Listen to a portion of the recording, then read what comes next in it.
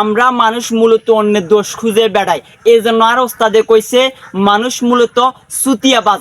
যদিও সাধারণত আমরা জানি কিছু কিছু জীবাণু থাকে বাথরুমের মধ্যে, সেটা আমরা কিয়া অনুবীক্ষণ যন্ত্র ছাড়া দেখি না।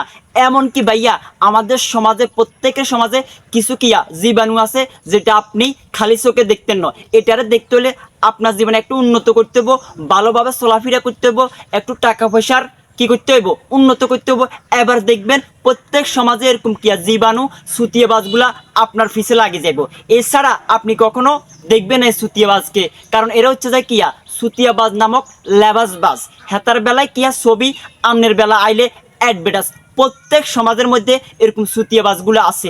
একটু ভালোভাবে চলাফেরা করেন, আপনার জীবনে একটু উন্নত করবেন। হেতার চোখে সহ্য হইতো না, হেতার বেলা আইলে ছবি, আমনের বেলা আইলে অ্যাডভার্টাইজ। প্রত্যেক সমাজের মধ্যে এরকম সুতিয়াবাজ, এরকম লেবাসবাজ, এরকম সুদখোর, ঘুষখোর আছে, বুঝছেন নি ভাইয়া? হাতে আবার অন্যের প্রতি গিয়া লেকচারাল দে, অন্যের দোষ দে, অন্য ওইভাবে চলতেছে, ওইভাবে চলতেছে। হাতে নিজে সুদখোর, হাতে নিজে সুদখোর, হাতের বেলায় হালাল, আমনের বেলা আইলে হারাম হয়ে যাবে।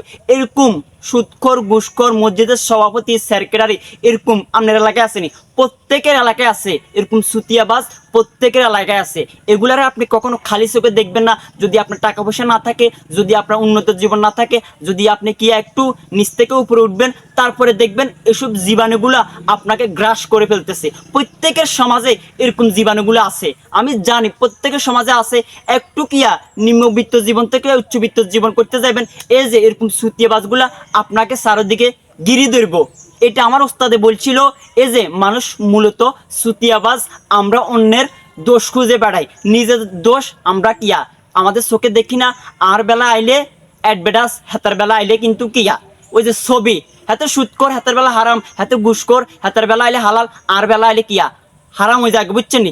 এরকম সুতিয়াবাজ আমাদের প্রত্যেকের সমাজে আছে। তো সবাই ভালো থাকবেন, আসসালামু আলাইকুম।